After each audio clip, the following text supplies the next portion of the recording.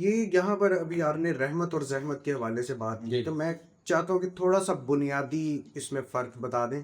ویسا نہ ہو کہ آپ رحمت اور زحمت میں نقطے کا فرق بتا دیں ہاں کہ رحمت کی راہ کے وہ نقطہ آ جائے تو جی سامنے.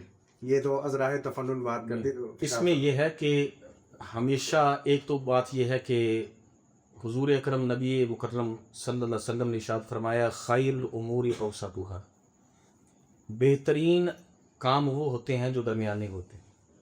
جب ہم کسی چیز کو حد سے بڑھا دیتے ہیں تو پھر وہ چیز ہمارے لیے رحمت نہیں بلکہ زحمت بن جاتی. کھانا ہمارے لیے رحمت ہے، رزق اللہ کا ہمارے لیے رحمت ہے، لیکن اتنا کھانا چاہیے کہ جتنا ہمارے وہ جسم کا حصہ بن سکے، ہمارے لیے شفا بن سکے. یہ نہ وہ حلق تک پہنچا، تو حلق تک پہنچنا یہ زحمت ہے، لیکن ضرورت کے مطابق اس کا استعمال کرنا یہ اللہ کی رحمت ہے. رحمت. ٹھیک ہے نا جی. تو بات یہ ہے بہت ساری ایسی چیزیں ہیں، سواری ہے، اس کو اگر طریقے سے استعمال کریں تو ہمارے لیے رحمت ہے، لیکن اگر اس کو غلط طریقے سے استعمال کریں گے تو ہمارے لیے زحمت ہے. ٹھیک ہے نا.